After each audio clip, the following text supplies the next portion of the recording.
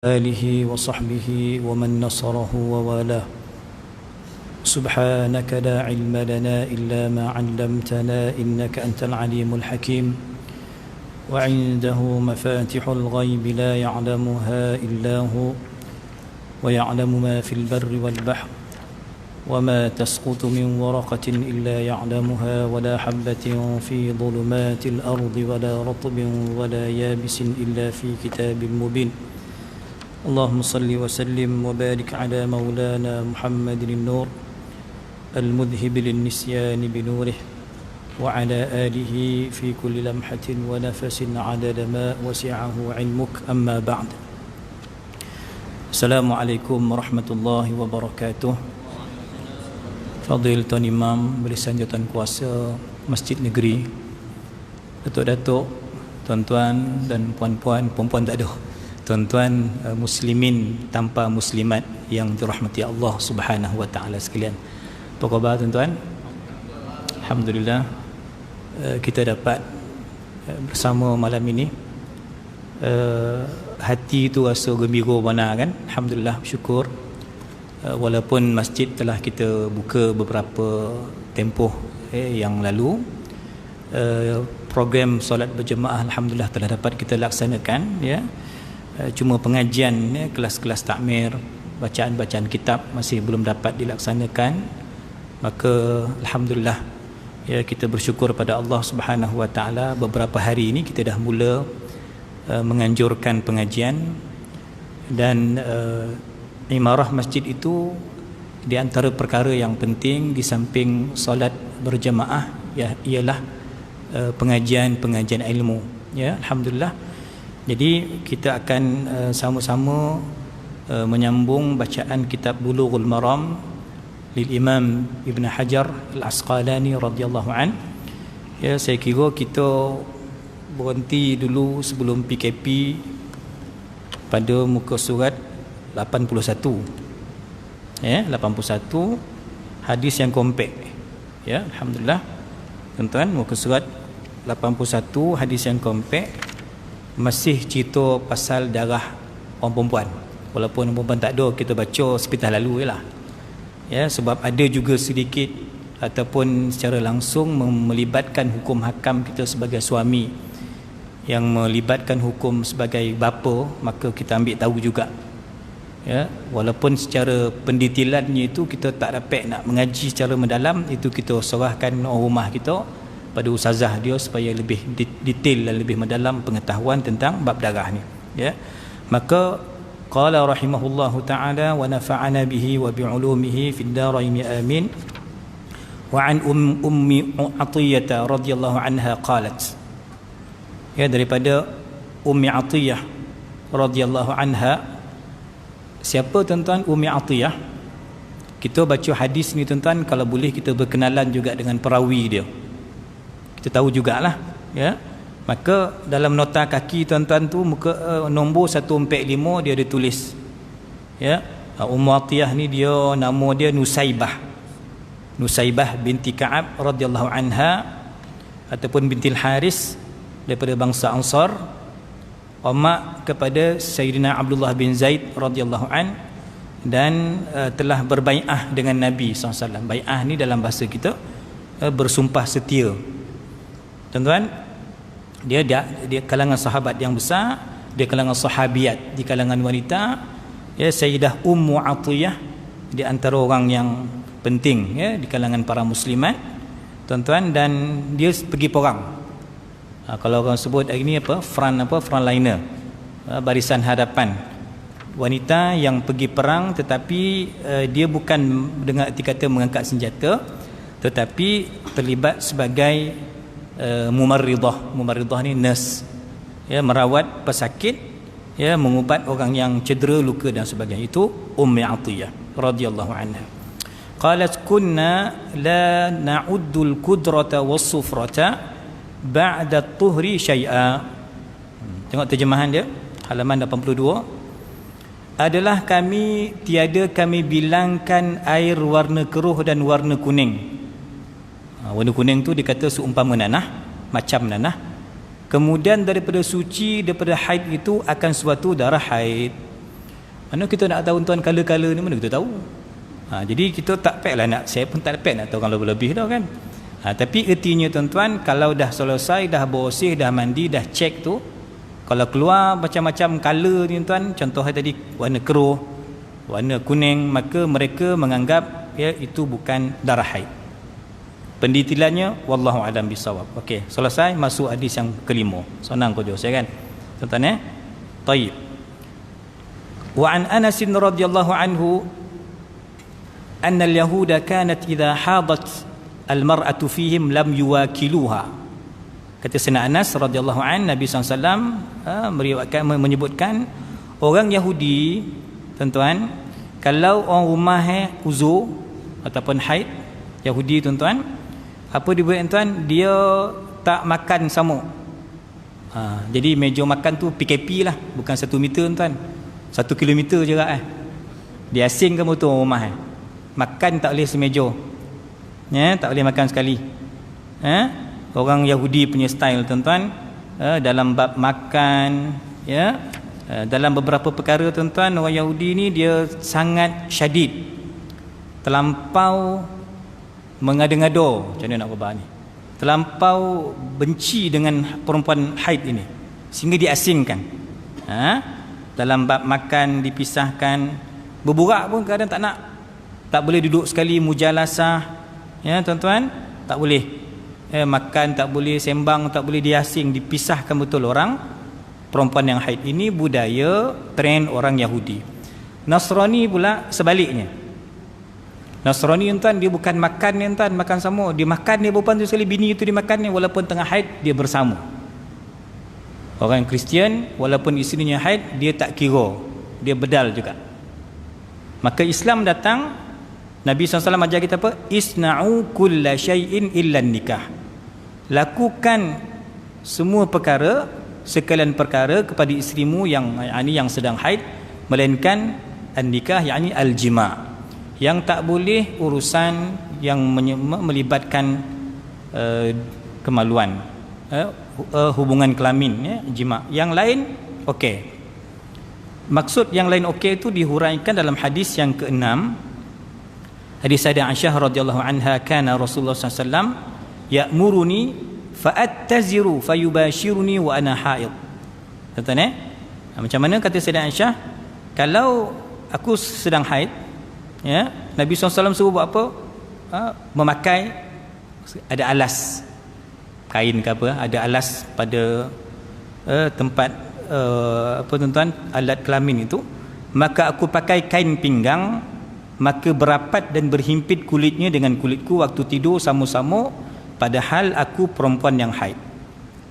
Tak berlakulah dukhul, kita kata tak berlakulah hubungan itu, cuma dia ringan-ringan berlaku, tak ada masalah untuk tuan-tuan. Itu bezanya, yang Nabi kata perkara tu harus halal pada hukum kita.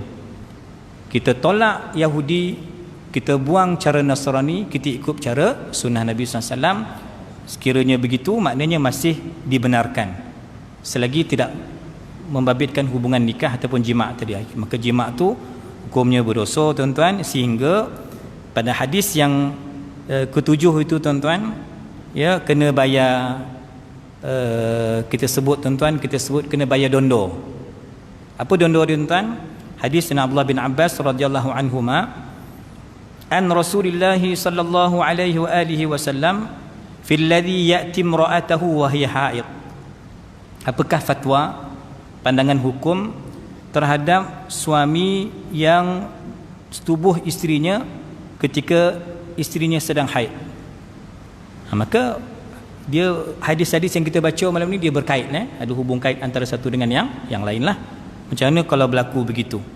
Qala, maka jawapannya, yatasaddaqu bidinarin au binisfi dinar. Apa si suami kena buat? Suami kena sedekah, kena bayar 1 dinar atau setengah dinar. Tuan-tuan, dinar ni kalau ikut kiraan dia wang emas.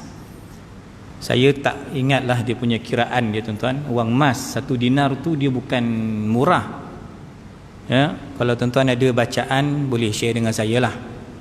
Bukan dinar Kuwait, bukan dinar sekarang Dinar ni kira dinar zaman Nabi SAW tu, yang digunakan sebagai alat untuk bermuamalah.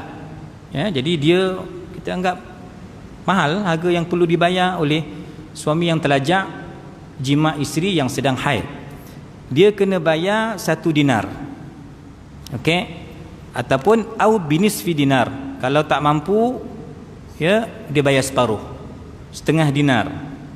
Ya, setengah dinar, tuan-tuan. Jadi hadis ni banyak perawi dia, cuma dalam kitab Subulus Salam, Imam As-San'ani, tuan-tuan, dia berikan beberapa komentar.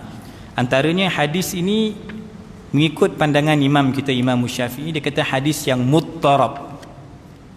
Maksud muttarab tu artinya dia bukan hadis yang boleh dijadikan sumber hukum. Sebab itu Imam Syafi'i kata lau kana thabitan la akhadna bih. Kalaulah hadis ini sabit, tetap boleh dijadikan dalil, maka mazhab Syafi'i akan mengambil hadis ini sebagai dalil. Tetapi oleh kerana sudut sanadnya dan sudut tuan-tuan masih bermasalah, dihukumkan tidak sesuai untuk dijadikan sandaran hukum, yang dihukumkan dalam mustalah hadis, hadis yang muttarab, tuan-tuan, goncang muttarab ni, ya, tak konsisten, ya, dari sudut sanad dia. Maka sebab itu hadis ni tidak dijadikan dalil dalam mazhab kita. Habis macam mana ustaz, kan itu bolehlah bersama isteri haid tak kena bayar, tak kena sudut bayar, lepeh lah. Tapi dia akan sangkut di sudut dosa. Dia ada dua sebab kedua kan, dosa satu, dondo satu, ya tuan-tuan, kafarah lah. Jadi kalaulah dia telajak bersama isterinya, kan kahwin muda kan, bulan Ramadan ke apa, Ramadan tu satu bab kafarah Ramadan lah, siang puasa.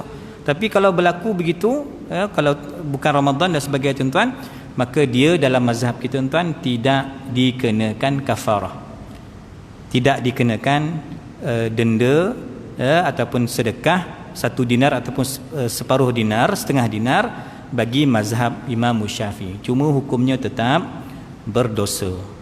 Okey, sebab tu Nabi kata tadi, alih lapik supaya tak berlaku, tak terlanjur sampai berlakunya hubungan tersebut, tuan-tuan. Ini antara perkara yang dibahaskan. Maka yang menyokong hadis ini Imam Ibnul Qattan dengan Al-Imam Ibnu Daqiq Al-Aid.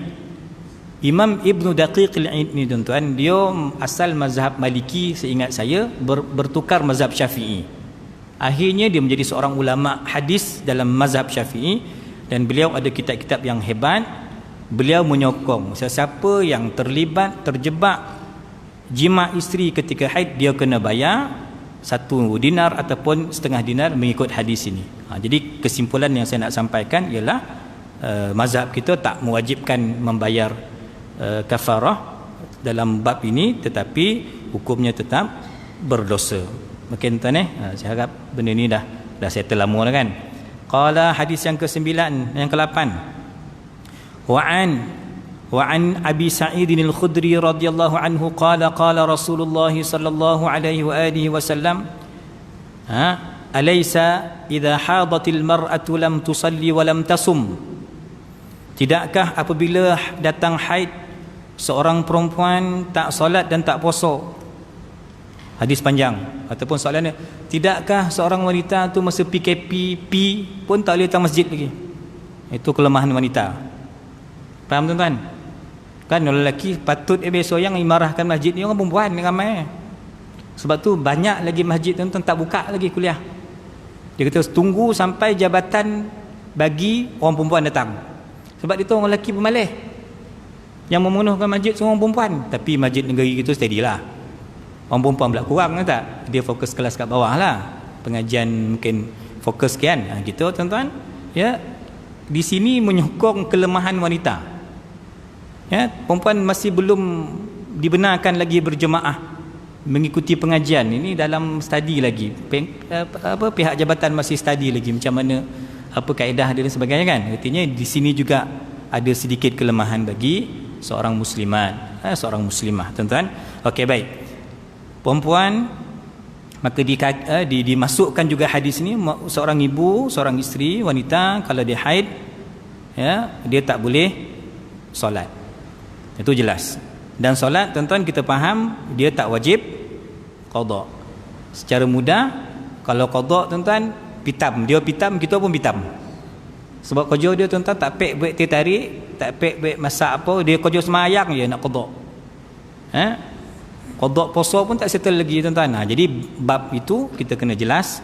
Ya, ini alhamdulillah rahmat syariat Allah Taala yang cukup sempurna ini, maka isteri si ibu tersebut tak wajib qada solat. Tetapi puasa, ya, puasa dia wajib qada, walaupun esok dia akan qada bulan lepas nisfu Syaban.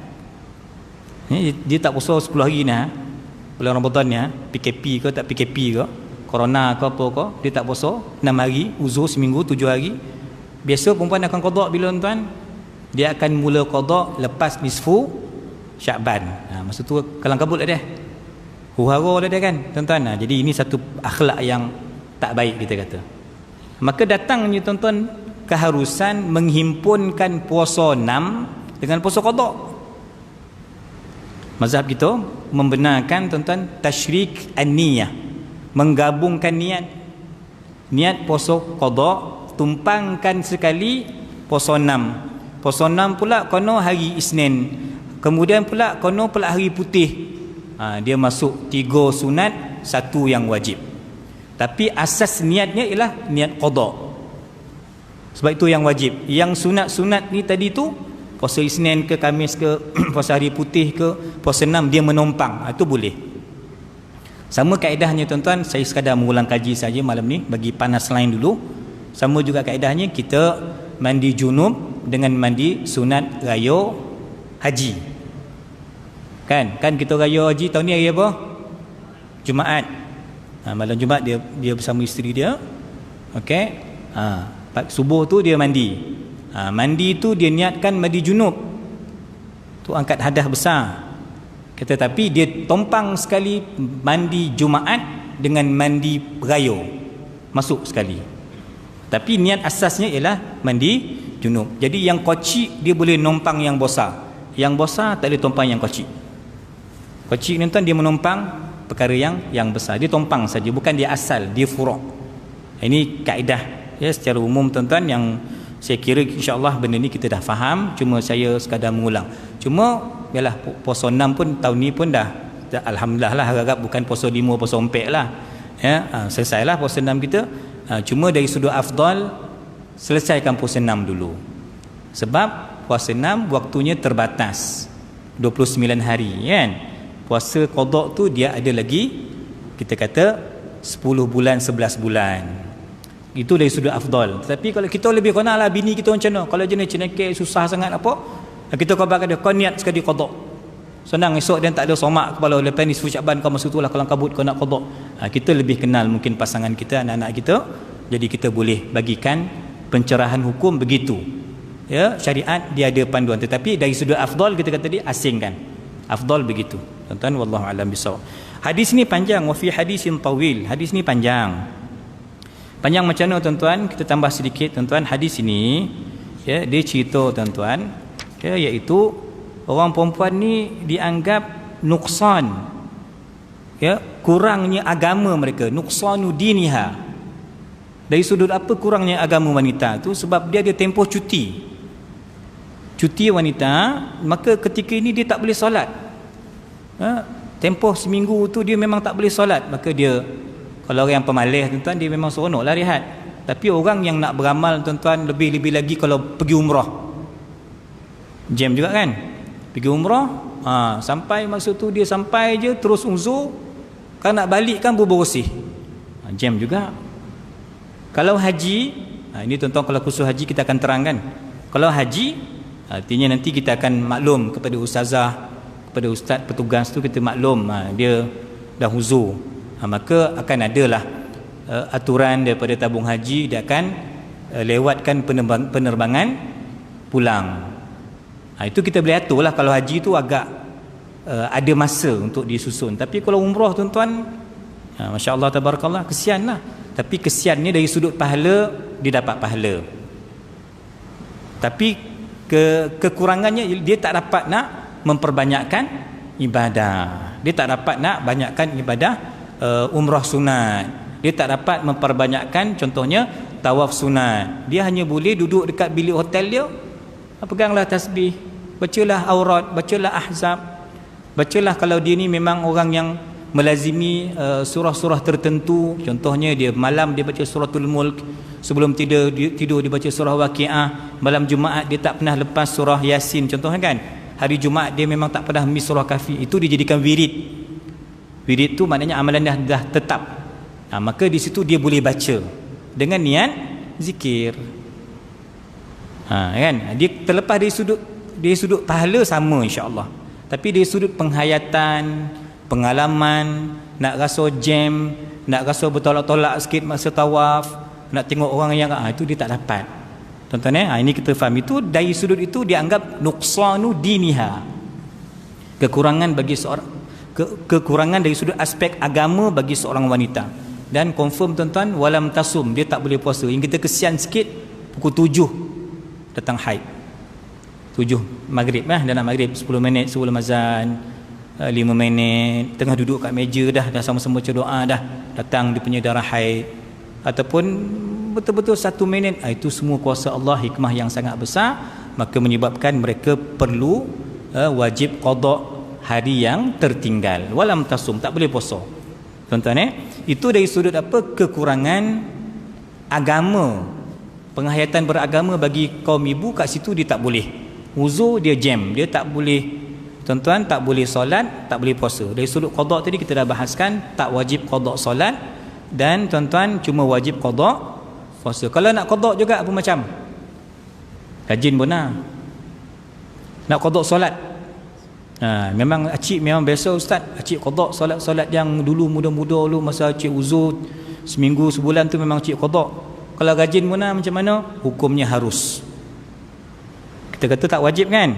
Kalau terlampau rajin lah tuan-tuan, dah tak ada kerja dah, TV dah khatam, bola dah khatam, nak pergi pasar tani pun baru buka, baru nak kat Ampangan dari semalam baru buka, nak pergi makan pun susah nak tulis nama, cek suhu pagi kedai tempatnya masjid 36.2, masjid Seneng dah jadi 33.3 pula, jauh nak besok palah maghrib isyak pun bukan makan dian pun. Dia poning itu malas lah keluar, duduk rumah lah.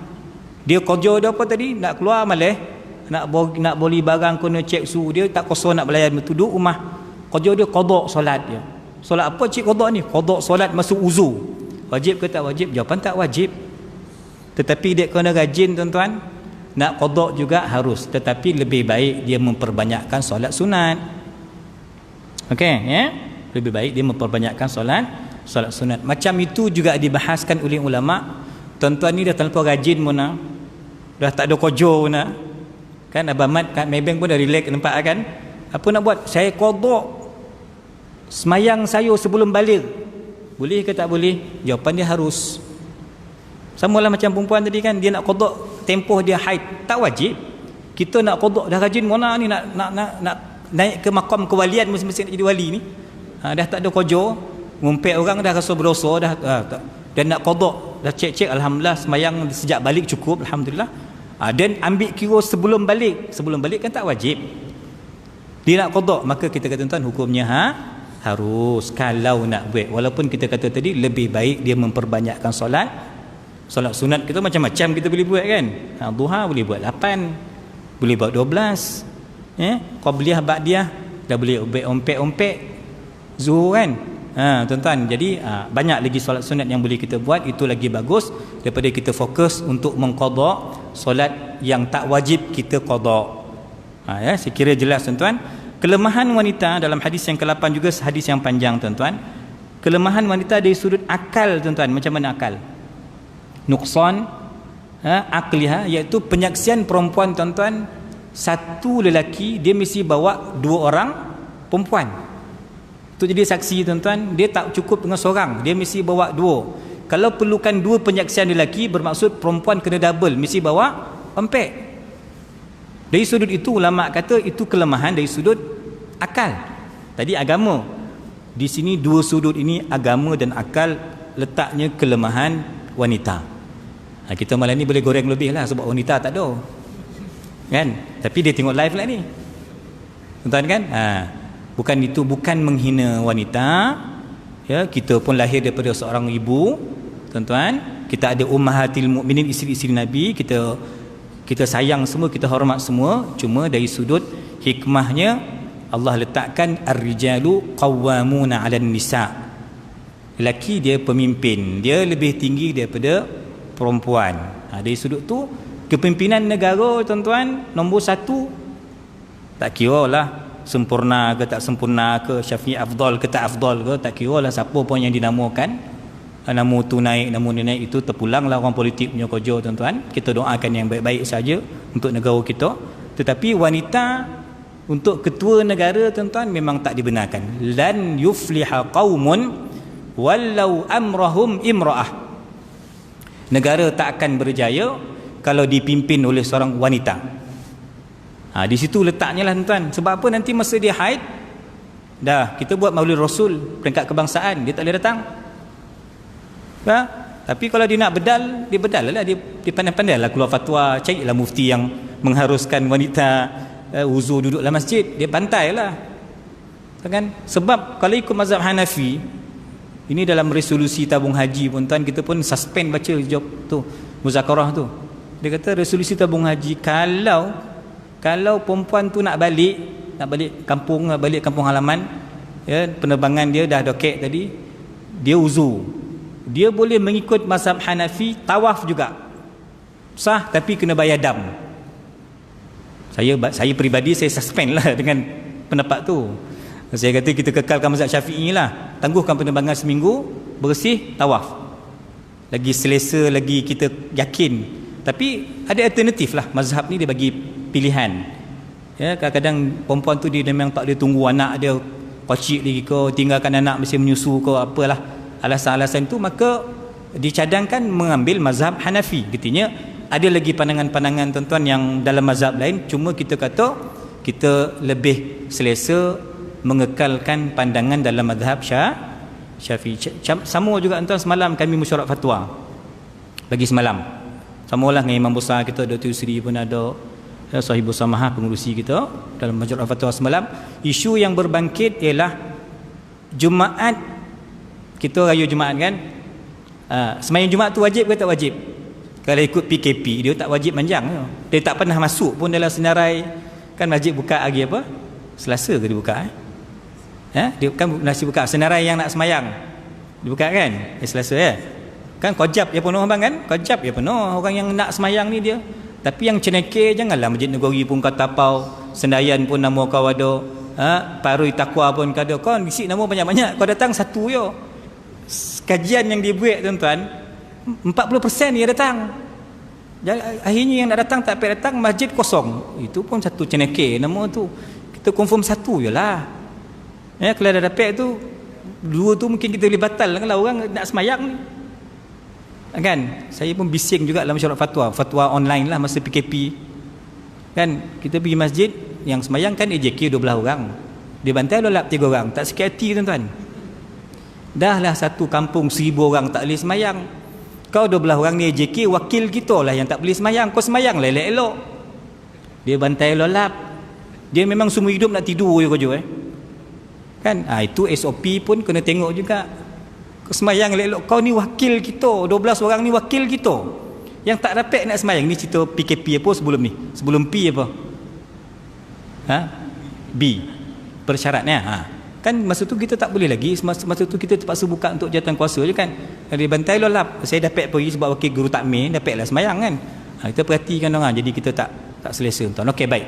Jadi saya nak cerita tadi, solat Jumaat tetap wajib dilakukan walaupun tuan-tuan dah semayang raya.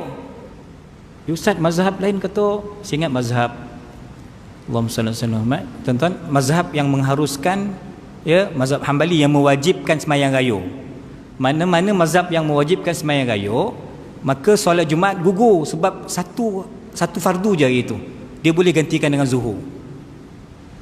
Dia menganggap solat raya tu wajib. Tapi kita mazhab Syafi'i menganggap pada hukum solat raya hukumnya sunat muakkad, tak wajib. Maka kita yang wajib ni sembahyang Jumaat, maka solat Jumaat tak boleh tinggal.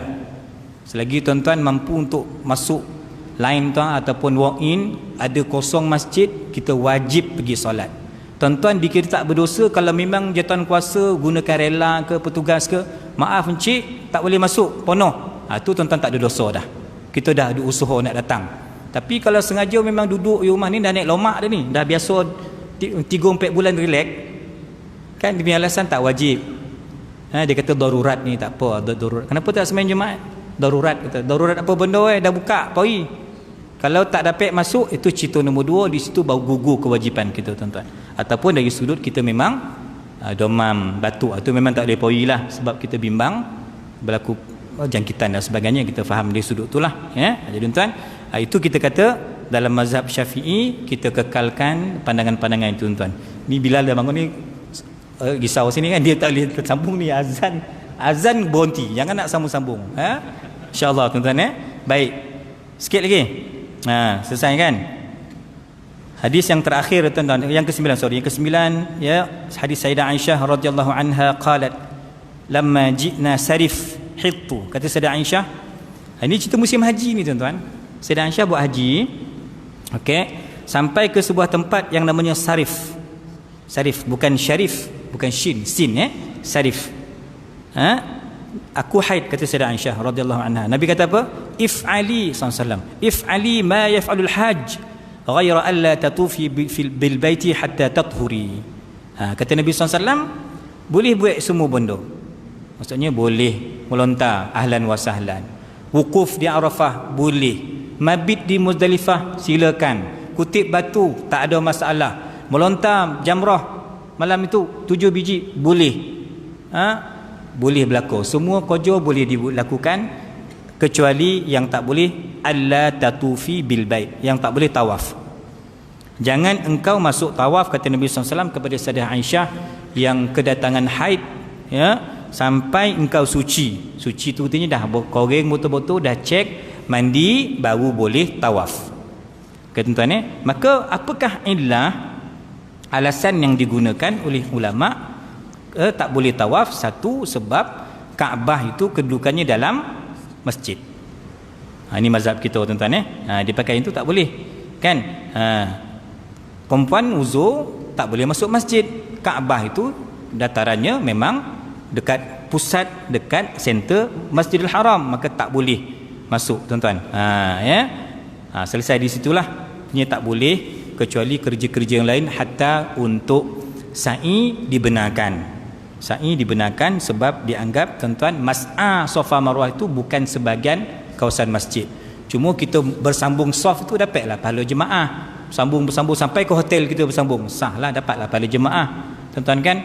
Samalah ya. Tayyib, selesai hadis itu. Ada 2 lagi hadis insya-Allah sempat. Hadis yang ke-10 an Muadz ibn Jabal radhiyallahu anhu. Ketika Sayyidina Muaz bertanya Nabi SAW, yahillu ma yahillu lirrajuli min imra'atihi wa hiya haid. Rasulullah, kata Sayyidina Muaz, ya, seorang tok guru. Sayyidina Muaz ni seorang qadhi, seorang muallim, tuan guru yang diutuskan tuan-tuan ke Yaman.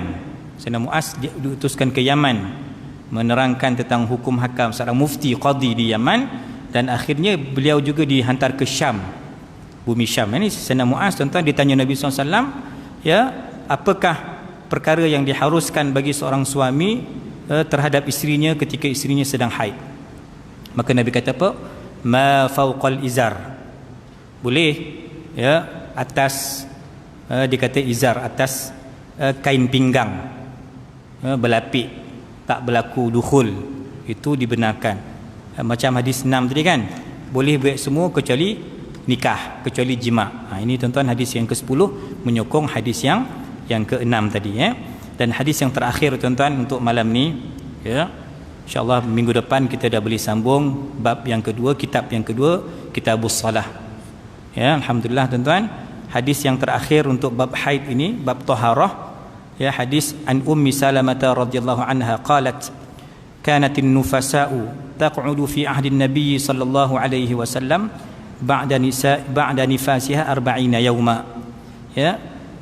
Perempuan-perempuan yang bersalin, yang beranak, duduk dia ni apa, duduk tak solat, tak puasa orang yang nifas kan, tak solat tak puasa ketika zaman Nabi sallallahu alaihi wasallam ni jadi hukum lah zaman Nabi kan. Jadi hukum ya biasanya tempoh 40 hari.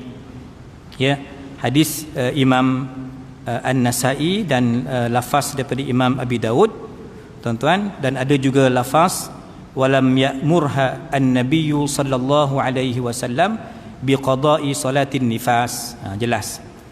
Okey, tuan-tuan, Nabi sallallahu alaihi wasallam tiada menyuruh akan dia oleh Nabi sallallahu alaihi wasallam dengan qada solat. Jadi untuk isteri yang dalam pantang yang bersalin tuan-tuan, ya, selagi dia belum kering nifas, darah nifasnya, sebelum dia mandi wajib mandi tuan-tuan, maka di situ dia tidak berkewajipan untuk mengqada solatnya tuan-tuan ya. Ini juga satu pengetahuan yang saya anggap semua kita dah maklum. Jadi insya-Allah ya, kitabus solah tuan-tuan, babul mawaqit ya. Kitab solat ni juga masya-Allah tabarakallah kitab yang panjang. Ni makan tahun nak baca ni, tapi tak apa, insya-Allah mudah-mudahan ya, kalau pengajian kita berjalan lancar sebulan 2 kali ya, insya-Allah adalah pergerakan tuan-tuan dalam beberapa bacaan kita ni, insya-Allah ya ada pergerakan. Dan sempat ke baca berapa? 5 minit. Okey, bismillahirrahmanirrahim. Kitabus solah ni tuan-tuan. Jadi kita faham solat kita ni tuan-tuan yang sekian lama kita lakukan, tuan-tuan ni lebih lama semayang dari saya, sebagian tuan-tuan lebih banyak solat dari saya. Kita ambil faktor umur lah kan, seniority kan, tuan-tuan. Tetapi solat kita ni kita nak dapatkan yang berkualiti. Solat dari sudut tasawufnya, iaitu kita nak mendapat hakikat solat, iaitu khusyuk. Maka solat kita faham dari sudut lughahnya doa kan. Jadi jangan kita takrifkan dari sudut lughah saja, bahasa akhirnya lepas semayang tak nak berdoa. Nak doa apa kata dia, dah semayang tadi semua doa. Betul lah ya, masa solat tadi kita berdoa dalam doa iftitah kan. Masa solat tuan-tuan kita berdoa ketika i'tidal. Dalam solat kita berdoa antara 2 sujud, rabbighfirli. Dalam solat sujud akhir mungkin kita juga dapat berdoa tuan-tuan, tetapi itu doa dari sudut lughah. Cantiklah dalam semayang pun kita berdoa, luar solat pun kita berdoa. Jadi jangan jadikan alasan dalam semayang, dalam solat dan dah berdoa, luar semayang nak doa apa lagi. Ini satu kesilapan ya. Ini biasa geng-geng Wahabi ni cukup dia marah kita berdoa ni lepas semayang ni, doa jemaah kan. Dia berdalil inilah semayang dah doa apa lagi kata dia. Tak apalah, kita ni kurang amalan, kita ada pengharapan pada Allah Ta'ala, kita banyak berdoa dalam solat, bahkan luar solat pun kita akan stay. Kalau tak sempat pun mengaminkan doa imam, kita tetap berdoa secara bersendirian insya-Allah kan. Dari sudut syarak tuan-tuan ya, disebutkan ya, aqwal wa af'al muftatihatan bit takbir mukhtatimatan bit taslim. Saya ingat betul takrif ni sebab saya temuduga beasiswa tahun 95. Beasiswa nak pergi Musi kat Jatan Kamu. Yang panel temuduga Ustaz Rahim Yusof, pengetua saya, mudir saya. Masa tu Ustaz Rahim dah pindah ke jabatan KPP pelajaran. Garang tuan-tuan Ustaz Rahim Yusof ni. Dia keto dia dekat asrama tu, surau penuh lah. Selipar dia tak pernah hilang. Ustaz Rahim Yusof ni tuan, mudir saya ni dulu. Ipar Syekh Murtada lah, dia kahwin dengan Ustaz Zaitun. Ustaz Rahim Yusof ni kahwin dengan Ustaz Zaitun. Logo Pondok Rasah lah. Tuan-tuan, selipar dia tak pernah hilang. Selipar warden 40 kali hilang. Pengetua, timbalan pengetua ke guru disiplin sebut selipar kat surau semua hilang. Selipar Ustaz Rahim tak hilang. Saya ingat takrif ni sebab temuduga tu dia tanya saya, bagi takrif solat dalam bahasa Arab. Sebab tu saya ingat aqwadun wa af'alun muftatihatan bit takbir mukhtatimatan bit taslim. Ni temuduga tahun 95 tahun sebelum promosi nak ambil first degree untuk dapatkan beasiswa Baitul Mal tuan-tuan. Baik. Jadi solat tu apa dia? Ucapan ya, bacaan dan perbuatan yang tertentu yang dimulakan dengan takbiratul ihram dan disudahi dengan salam. Okey, ini alhamdulillah di sudut ni kita clear. Hadis an Abdullah bin Umar radhiyallahu anhuma anna an-nabiy sallallahu alaihi wa alihi wasallam qalat waqtu adh-dhuhr idza zalatis syams. Bila start bermulanya waktu zuhur tuan. Dan ini diajar oleh Sayyidina Jibril. Waktu solat ni Sayyidina Jibril datang. Hari pertama datang, kemudian datang lagi hari kedua, ini waktu yang afdal, awal waktu, ini waktu yang suntuk, hujung waktu. Ataupun ulama fiqh kan dia bagi 3 lah. Ada waktu yang afdal, waktu yang sederhana, waktu yang tidak afdal. Awal waktu afdal, yang tengah-tengah sederhana, yang parah hujung-hujung dah nak masuk waktu solat yang kedua. Kan? Baik. Maka datang tuan-tuan diajar di sini, kata Sayyidina Abdullah bin Umar radhiyallahu anhuma, waktu zuhur tu bermula gelincir matahari. Bermula gelincir matahari. Selesai. Wa kana dhillur rajul katulihi ma lam yahdur waqtul asar. Macam mana berlanjutan waktu zuhur tu, berkekalan waktunya hingga jadilah bayang-bayang seseorang itu seperti panjang dirinya selama tiada datang waktu asar. Tu zuhur. Ya kan? Tuan-tuan, bayang batang ke pokok ke tiang ke tuan-tuan, orang ke apa-apa objek, maka tuan kalau dah sama, maka di situ wa waqtul asri ma lam tasfar syams. Waktu asar bila selama tiada jadi kuning matahari. Tuan-tuan, kemudian waktu maghrib ma lam yaghib syafaq. Ini maghrib masih ada lah. Tuan-tuan, selagi apa tiada lenyap mega yang merah. Kalau Syiah dia tak buka puasa dengan masuknya waktu maghrib, azan 7.25 tadi dia tak makan dulu. Dia relax dulu. Dia pergi vacuum dulu ko, dia pergi bersih lampu ko. Tuan-tuan, dia pergi goreng telur dulu ko, dia tak makan lagi. Dia afdal tuan-tuan, waktu dia dah nampak mega merah tu menghampiri isyak baru dia buka. Ini sebagian Syiah punya mazhab begitu. Alhamdulillah kita bukan Syiah, dapat buka awal maghrib tuan-tuan. Dia itu waktu maghrib. Itu dikira maghrib. Dan habisnya tuan-tuan masuk waktu isyak, wa waktu salatil isya ila nisfil lailil awsat. Waktu solat isyak tu daripada lenyapnya mega dan berkekalan ia hingga pertengahan malam yang pertengahan, yakni waktu yang pertama. Okey, satu lagi tuan, waktu subuh, wa waktu salatis subhi min tulu'il fajri ma lam tatlu'i syams. Dan awal waktu subuh iaitu terbit fajar tuan-tuan, dan berkekalan ia selama tiada terbit matahari. Jadi kita kena faham fajar ada 2.